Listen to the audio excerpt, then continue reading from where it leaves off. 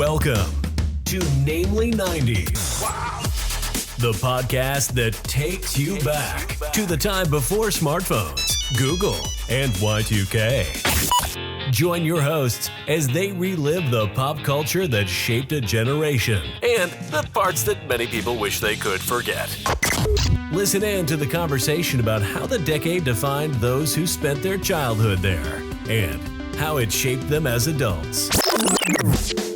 So, turn down the grunge and dial up the internet. Let's get started. It's time for Namely90s. Hi, this is Andrew, and over there's Brandon. You're listening to Namely90s, and you can find us online at Namely90s.com or on Twitter at Namely90s. That's with a 90S. Wait, like the Star Wars Empire Strikes Back thing? At?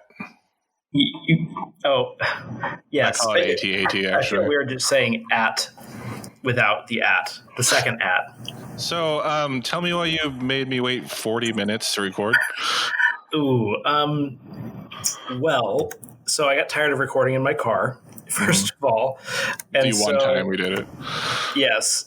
So my strategy then, as a result of that, was, okay, fine, I'm not going to record in my car anymore. I'm going to get like a day office and work out of there. So I rented the day office. Mm-hmm. I went to the day office. Mind you, the first parking structure I went into, they couldn't. I couldn't use the elevator. I had to go on like 4 flights of stairs. So I was like, F this one. So I turned around, went to a different parking. Well, actually, I found street parking, which is free right now. And so I finally found street parking, and it's the windiest it's ever been in the history of the world. And I'm carrying a bunch of crap, and it's like almost blowing me over. Can't find an unlocked door to the 18-story building. Mm. So I'm walking around. Some construction guy comes out. He won't let me in the building. So I just like, F this. And I get in my car. And I couldn't reach the place. They are on the East Coast or something, and they closed it at 6 p.m. Eastern. So I called, and they're like, I'm sorry, our offices are closed. So I just drove down the road to another one that I'd been to before.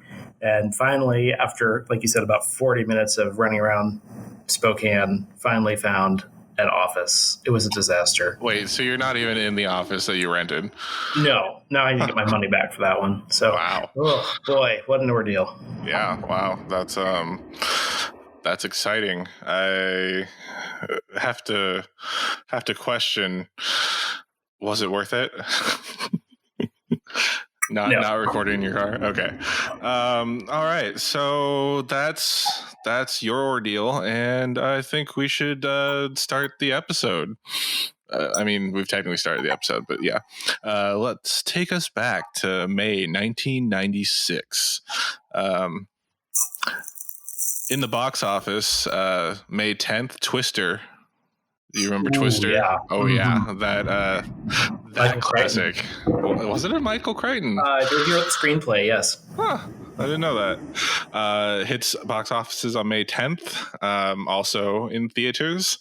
The first Mission Impossible, the only Mission Impossible movie to come out in the 90s, starring Tom Cruise, came in on May 22nd, which is a day before we recorded this. Was that Tom Cruise or like Christian Slater in a mask? I never know. You never know, especially the second one, right? Also, the final episode of Murder, She Wrote aired on May 16th on CBS.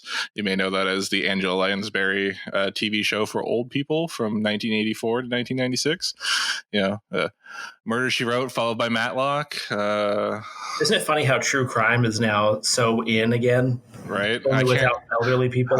Well, I mean, CBS has rebooted all of its like 60s shows, so I can't wait until they start rebooting all the like 80s Matlock, Murder, She Wrote, stuff like that. I mean, they did rebooted Magnum PI. And that went over really well. Yeah, and MacGyver. Actually, I think it crossed over with Hawaii Five-0. Wow, that's the measure of success right there. That show just ended. I stopped watching it 6 seasons ago, and I watched it for 4 seasons. I'm pretty sure. May 21st. Sorry. Yes, go ahead. That reminds me, and this is not a 90s topic at all, but the other day we were watching NCIS, which has been on essentially forever, almost since the 90s. And you're judging Murder, She Wrote?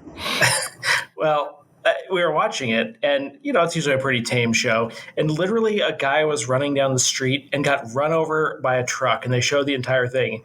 My 3-year-old's like staring at the screen with the world's biggest eyes. Like, we were like, oh. It was traumatic. Anyway, back to the 90s. Jag. No. Yes. Oh, God. May 21st, Ken Griffey Jr. Becomes the 8th youngest person to hit over 200 home runs. And finally, on the Billboard charts for May, Crossroads by Bone Thugs and Harmony is number 1. And couldn't even tell you what that sounds like. Yeah, no recollection whatsoever. I listened to it, and I still did not remember hearing it before. And it was preceded by "Always Be My Baby" earlier in the month by Mariah Carey. I guess 8 years old, probably Bone Thugs and Harmony wouldn't have been my jam. Well, I mean, I am well aware we both listened to Star 101.5. With Cat and Alan in the morning. They finally retired, by the way. I heard. And I know because our parents listened to that station while we were in the car. I wonder what our parents listened to when we weren't in the car. Now that I really think about it. Harmony. Yeah. They had Cube 93.3 going on, which was the rap station for a while. I think it still is, because it is definitely not a rap station, which I learned when I was scrolling through the presets. They're trying to save people, man. We've got to save them. That's our frame of reference for 1996 May. Speaking of which, did you hear about the guy who was like trying to faith heal coronavirus people and then he died from coronavirus? Okay, no, I've not heard of that guy. I heard of the guy that's like was like a big anti quarantine guy, and then he got coronavirus. Yeah, it's just like the law of the universe. It's like that 90s song by, I think, Alanis Morissette, was it? Isn't it ironic? Except it's not ironic. It's just dumb. Oh, it is just dumb. Yeah. Actually, yeah. I mean, I'm sure we will run across Alanis Morissette at some point in our discussions. It's like 10,000 spoons and all you need is a knife, frankly. That's not ironic. That's just annoying. Yeah, that's just it's like rain on your wedding day. It's like a highly infectious respiratory disease on your wedding day, or just Seattle. Yes. Well, hey, free parking. So if there's anything to come that positive out of this, there we go. True. So you wanted to talk about Twister? It seemed like. Yeah, it's very popular. Again, screenplay by Michael Crichton, if I do remember correctly. And Anne-Marie Martin. Really, really terrible fashion in the 90s.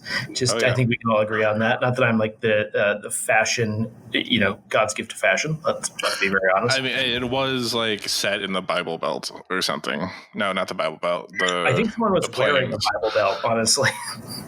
I mean, I remember it was Helen Hunt and Bill Paxton and Carrie L. I don't know how to pronounce his last name, but the guy from Princess Bride, the masked guy, the main guy. Anyway, Bill Paxton, a guy that always does badass stuff in movies from the 80s and 90s. Yeah, I don't remember him. I mean, the name sounds familiar. If you saw a photo of him, you'd be like, oh, that guy. Huh. I feel like I'm a huge Michael Crichton fan, but every time that I think about watching that movie or see that movie on, I just can't. I just can't. I mean, it is set in Oklahoma. I know it's in no way related, but I always confuse it for Contact with Jodie Foster. And that was a weird one. Because I think for some reason in my mind from those years, I think that Helen Hunt is Jodie Foster at times. Like, was it Helen Hunt or Jodie Foster that starred in Mad About You? They have a similar quality somehow. Right? But they're like completely different people. I think it's the nose and the blonde hair. But, it's... And not the fact that they both look a little bit kind of mannish. I mean, that could be a part of it. They do have similar frames, but it's like, I mean, Jodie Foster, iconic for Silence of the Lambs. Wasn't she in one of those those horror movies other than that one? What was that classic horror movie? All of a sudden, I'm losing my. I feel like you're thinking of Jamie Curtis. Oh, yes, you're right. Jamie Lee Curtis, yeah. But also sometimes you can confuse. Like, I don't remember who was in that movie about a drunk Santa Claus and whatever. Eddie Murphy gets switched with someone. I want to say Dan Aykroyd, and becomes like a Wall Street person, and then Dan Aykroyd becomes a drunk Santa Claus. Oh gosh, I missed that time. Yeah, and also like Helen Hunt. I don't remember her from anything other than Mad About You, which was just a TV series. You've got mail, right? That was Meg Ryan. God damn, she was in the other one with. That was Tom also Meg Ryan. No. Meg Ryan was in both of those movies. Yeah, Sleepless in Seattle and You've Got Mail. Castaway. Yeah. Thank you. Why are they all the same person? But to be fair, Meg Ryan is also Meg Ryan. Oh yeah, I forgot she was in Castaway, but that is a 2000s movie. Just saying. Damn. Just saying. I stand corrected. But yeah. Well, so we don't obviously we saw Twister maybe once I know I had it on VHS because my parents had it, but I don't have fond memories of it. I do have fond memories of watching the Mission Impossible VHS. You know, at some of those movies, I can't honestly tell you I've seen the whole thing of. But as far as I did want to go back to Twister, as far as the that movie, the effects really blew my mind. Weather pun. Thank you very much. Just for those of you that listen to this as an audio podcast, I'm jimmying the camera right now. Also, for those of you that watch this as a video podcast, there is no video podcast. It's just the audio on YouTube. All right. That's a shameless plug for watching this on YouTube. Mission Impossible, it's 2020, and I'm pretty sure they just signed on to do 3 more Mission Impossible films. They're literally trash, but yet they're pretty entertaining. I heard everything, like the new generation ones, like the 4, 5, and 6, the ones that Simon Pegg is in, are fun. I just like Simon Pegg generally, so that works for me.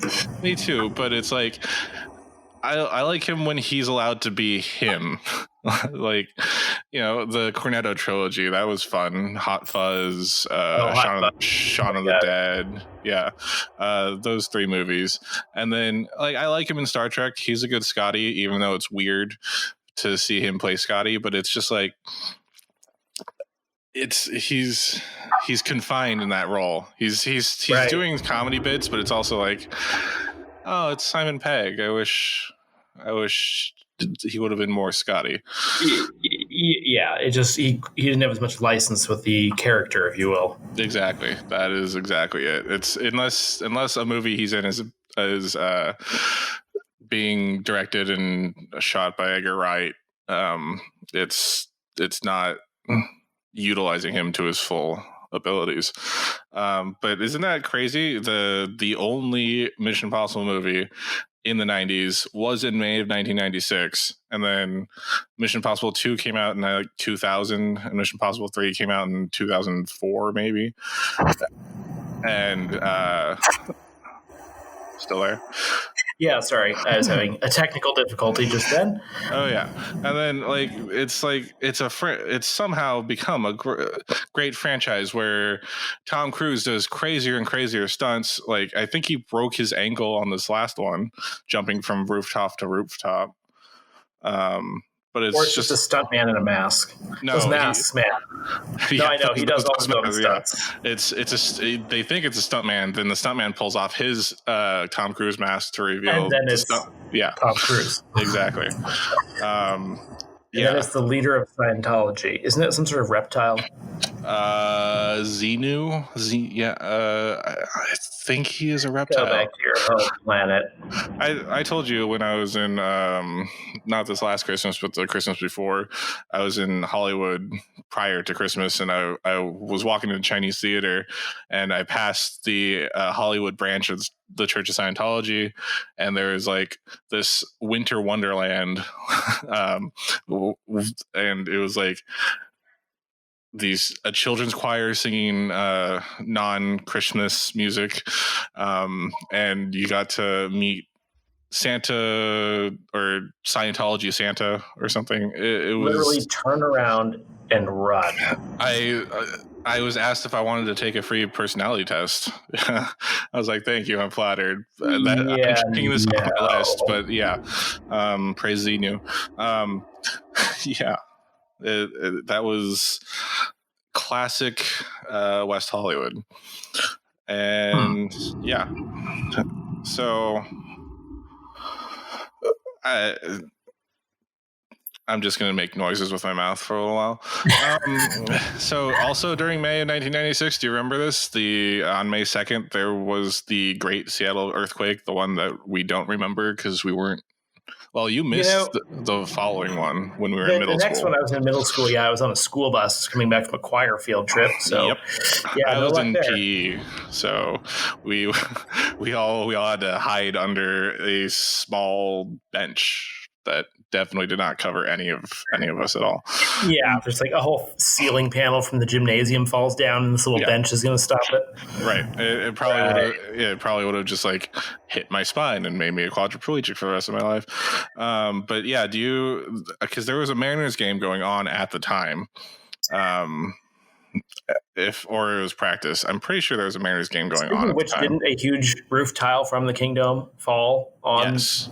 And why have we now talked about the Kingdome twice? Well, I guess it is the 90s. So it's the 90s. It's before we knocked it down for Safeco Field. I'm pretty sure this was towards the end of the Kingdome's lifespan, because after the earthquake, they're like, we should probably knock this thing down. And put it opened in 01, I think. No, it was pre Griffey leaving, because it was I think it opened in 98, didn't it? Was it 2001? Because I remember Safeco Field inaugural. Okay, here we go.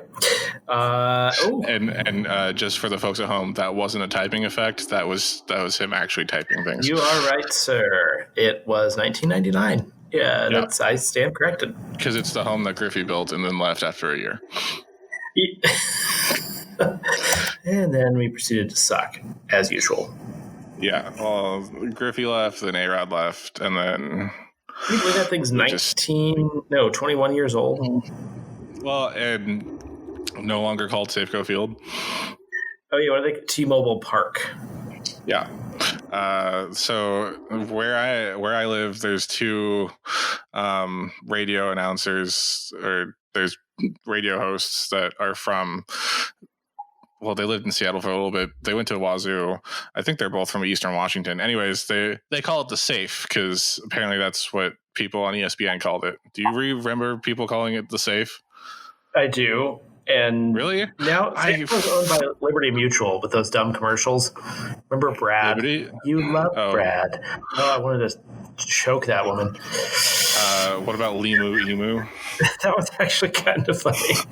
I feel like they're beating a dead. I feel like they're beating a dead horse at this point. See, so for the life of me, because I was arguing with them, like, no one called it the Safe. I do not remember anyone calling it the Safe. I wouldn't, certainly, but I do recall it's dumb, right? Okay. And the last thing that I had for a topic to talk about, which you're not going to be able to weigh in at all on. Good. Yeah, good pre-planning. Jon Pertwee, Jon Pertwee, British actor, passed away on May 20th, best known for his role as the Third Doctor on Doctor Who. I knew that's where this was going. How did you know that was where it was going? He's my least favorite Doctor. It's very boring. Yeah, I don't. And that's what year was he the Doctor in? He was probably late 60s or early 70s. Like around the 70s cusp. They switched from black and white to Technicolor, and they marooned him on Earth. I was at work the other day, and I saw a device, and it reminded me of Doctor Who. So now I need to send you the picture here. Otherwise, I've been listening to I'm sending it to your Facebook. I've been listening to another podcast where they watch videos and talk about them. But in reality, I realized that they actually have a video. That's definitely a dialogue right there. Yeah, that's what I thought. It's actually a device that blows warm air on animals that are cold. Huh. Don't let that transform into an evil space creature. So also, I was just kind of thinking of this whole podcast that we're doing, and it's like, are you actually a millennial? Are you actually because apparently when our friends over at Buzzfeed, they're our friends now, put out a quiz for millennials only, Gen Zers are always like, oh my God, I knew all of these things. So they made a quiz that was actually for millennials that unless you lived through it, you wouldn't know it. And right. So I took the quiz last night. I got 19 out of 25. I sent you the link if you wanted to try it. I can describe the questions to you, but it's kind of a visual thing. It is mostly visual. Yeah, who is this first person? I got this one right. The selections are Devin Sawa, Eric Von Detten, and Jonathan Taylor Thomas. I have no idea. It's Jonathan Taylor Thomas. Okay. Star 69. Now, that was that was dial back last number they called you. Are you clicking these things? Yep. Oh, you're supposed to click it. Okay. The Doctor knows how to do quizzes. Yes, that was correct. And then now we've got a scene of a bunch of people in khakis. One guy is jumping. This is an iconic commercial from the 90s. Yep. I'm going, I've got to go Dockers. Okay, so it's either Gap, Old Navy, or Dockers. It's a Gap commercial. Yeah. But with all the khaki, you have to think Dockers. I mean, honestly. That's the misleading thing. But it's like $5 khakis at the Gap. Okay. The Spice Girls had a lollipop line with which brand? You skipped the Brandy music video? Whoops. Yes. I'm going with The Boy Is Mine. I'm right. That's correct, and I only know that because I listened to that song because it's going to be on one of the future episodes of our podcast. So for the Spice Girls, they had a lollipop line with which brand? I want it to be Blow Pop because I think that's hilarious, but I want to say Chupa Chups, and I'm right. Because they're that's British. This is a scene from which Batman movie? And it's a very clear picture of who it is. I'm going, Batman Forever. I got it wrong. Oh, boy. Yeah, that's the Val Kilmer Batman. Pizza in the morning, pizza in the evening, pizza at supper time. That looks... When you got pizza in the evening... So the thing is, the three brands aren't actual frozen pizza brands. It's Totino's Pizza Rolls, Bagel Bites, or Hot Pockets. Okay, that's not a bagel bite. It's a slice of pizza. Oh, right. That's a generic picture. Okay. It's a generic picture. What did you pick? I chose pizza rolls. I don't know. None of those things is a pizza, and it shows a picture of a pizza. Okay. Right. These promotional Toy Story toys were exclusive too. We've got, looks like the Rex dinosaur, Buzz Lightyear, Woody, and Ham. Now, I had 3 out of 4 of these. I had Rex, I had Buzz, and I had Woody. Oh, I had McDonald's and it was Burger King. It was Burger King. Okay. And this creepy little girl in the still shot appeared in what commercial? I'm going Pepsi. I follow her on Instagram. I'm loving it. This is a scene from what Madonna music video? The middle-aged years. No. Beautiful Stranger. Yes. 30. Does this have any entertainment value for our listeners? I doubt it. Well, I feel like you should read the question or the answers. Characters appeared in which cartoon series? It's two giant, what appear to be hippopotamuses with a monkey in the middle. One's blue, one's purple. I'm going to Animaniacs. Yes. It is the Animaniacs. Oh, it's Rosie O'Donnell. Ooh, I didn't expect this. Is she holding a pickle? No. Okay.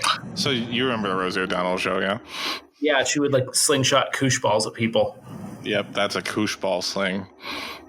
Who does she really want on the show? Brad Pitt, Leonardo DiCaprio, or Tom Cruise? Wasn't she like the sort of heavier set Ellen of her day, essentially? Like the B-roll Oprah? Do Yeah. you not remember who Rosie O'Donnell was? I do, but she's heavier and also a lesbian and has a talk show. Thank Leo. you, Donald Trump. Tom Cruise. Yeah, I also chose Leo when I was doing it. Britney Spears gets started on which TGIF show? Going Sabrina. Yep. Oh, yeah. Nickelodeon famously made this alarm clock. What product did they not make in the 90s as part of this line? And it's like some wacky alarm clock. I'm going AM/FM radio, and I'm wrong. It's a portable CD player. What is Buzzfeed even? Holy crap. They're trying to be a news site.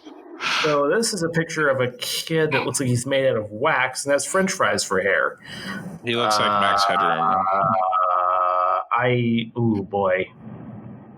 Radio Shack. Give me Duracell. Oh, it's Duracell. It's Duracell. What was Stick Stickley's address? That was Stick Stickley from Snick. I have That's no. I'm going to go Teen Nick. We're going to New York City, New York. Yes, indeed. What was the theme song to Dawson's Creek? Wait, what? Who sang it? Who sang it? The I don't want to wait. Okay, I can't sing any more of it because copyright. Etheridge Polycol. Yeah, I really didn't know any of these. What store is this? And it's a clear picture. It looks like it's in a mall. It's definitely, there's games inside. Imaginarium. It is the Imaginarium. Snapple. Natural beverages. Who's sitting behind the counter with papers? From this famous Snapple ad. So I'm thinking advertising like alliteration. Sally the Snapple. No, it's Wendy the Snapple lady. It is Wendy the Snapple lady. Mm-hmm. What album is this? It's a picture of a rose. It's a very popular white album and purple. Ooh, Two ladies. Aquarium? Yeah, nope, the sign. I have no idea who that is. It's a sign that is a base. Kind of frumpy looking girl in a full zip sweatshirt, tiled room, bad couch. Kind of like Felicia Day from Buffy the Vampire Slayer. I got it wrong. Okay, you know what? Yeah, I suck that's torn by Natalie Imbruglia. This is a scene for a commercial for what? And it's a woman with short hair with her mouth open. Looking Pyramid. Was it Pyramids? Chant. Benedictine monks of Santo Domingo de Silos. And Time Life, Body and Soul. I'm going Body and Soul. Come on, big money. No, I don't know. Why would I know these things?